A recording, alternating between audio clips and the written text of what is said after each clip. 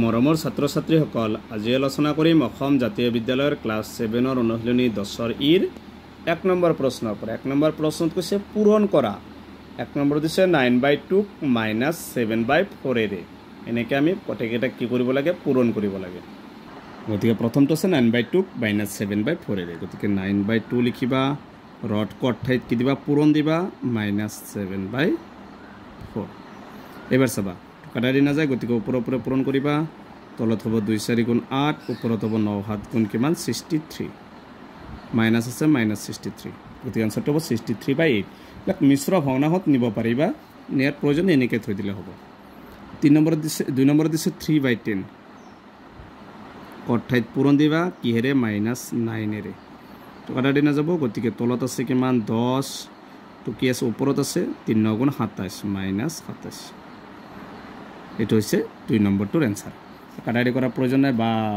মিশ্র ফলনের প্রয়োজন নাই এনেকে থৈ দিবা 3 নম্বরটো দিছে 6/5 9/11 এরে -6/5 কট ঠাইত পূরণ দিবা 9/11 তলত হ'ব 55 আর অথবা 6 9 গুণ কিমান 54 -54 গতি এটার এনসার হ'ব -54/55 এইটো কিন্তু মিশ্ৰ ফলন নিব নোৱাৰিবা কাৰণ ইয়াৰ লবটো সৰু মই আগতে ভিডিঅ'ত আলোচনা কৰিছোঁ যে লবটো সৰু হ'লে তোমালোকে মিশ্ৰ ফলনত নিব নোৱাৰিবা 4 নম্বৰ -3/7 কট ঠাইত পূৰণ দিবা কি আছে -2/5 এৰে চাবা মাইনাছ আছে প্লাছ হ'ব 3 2 গুণ 6 3 2 গুণ 6 আৰু 7 5 গুণ 35 মাইনাছ মাইনাছ কি যাব প্লাছ হৈ যাব এইটো হৈছে 4 নম্বৰটোৰ এনসাৰ এইটো মিশ্ৰ ফলনলৈ নিব নোৱাৰিবা কাৰণ লবটো সৰু 5 নম্বৰটো -7/4 8/9 এৰে -7/4 কট ঠাইত পূৰণ দিবা 8/9 তলত হ'ব 4 9 গুণ কিমান হ'ব 36 ওপৰত হ'ব 7 8 গুণ 56 মাইনাছ আছে -56 এইটো আৰু এটা লাইন এখন কৰিব 4 দিয়ে 8 দুইবাৰ তেতিয়াহ'লে তলত হ'ব কিমান 9 ওপৰত হ'ব 7 2 গুণ 14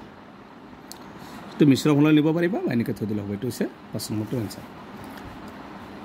6 নম্বৰ -12 -7/8 এৰে -12 কট ঠাইত পূৰণ দিবা -7/8 এৰে তো 4 ৰে কাটা দি যাব 4 ৰে 8 দুইবাৰ 4 ৰে 12 তিনিবাৰ এতিয়া চাবা -7 কি হৈ যাব প্লাছ হ'ব 3 7 গুণ 21 আৰু তলত কিমান হ'ব 2 এইটো মিশ্ৰ ফলন নিব পাৰিবা এনেকৈ থৈ দিলে হ'ব এইটো হৈছে 6 নম্বৰটোৰ এনসাৰ